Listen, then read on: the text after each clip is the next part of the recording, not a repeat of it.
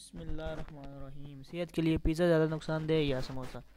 ویسے تو سموسہ اور پیزا دونوں کو ہی منحصر صحت قرار دیا جاتا ہے، لیکن ان دونوں میں سے صحت کے لیے کم نقصان دہ جیسا کہ ہم جانتے ہیں کہ پیزا اپنی روٹی کی وجہ سے کاربوہائیڈریٹس پر مشتمل ہوتا ہے اور اس میں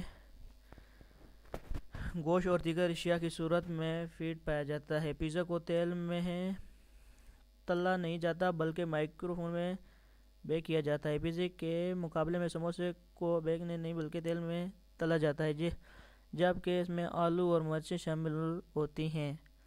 آلو اس وقت منحصر صحت کا کاربوہائیڈریٹ کا مجموعہ بن جاتی ہیں جب انہیں ڈائی فرائی کی جاتی ہے، اور اس وجہ سے ان میں فیٹ کی مقدار بڑھ جاتی ہے۔ ڈائی فرائی ہونے کے بعد سموسے اپنے اندر تیل یا گھی کو جذب کر لیتا ہے اور پیزا کے مقابلے میں زیادہ فیٹ کا سبب بنتا ہے۔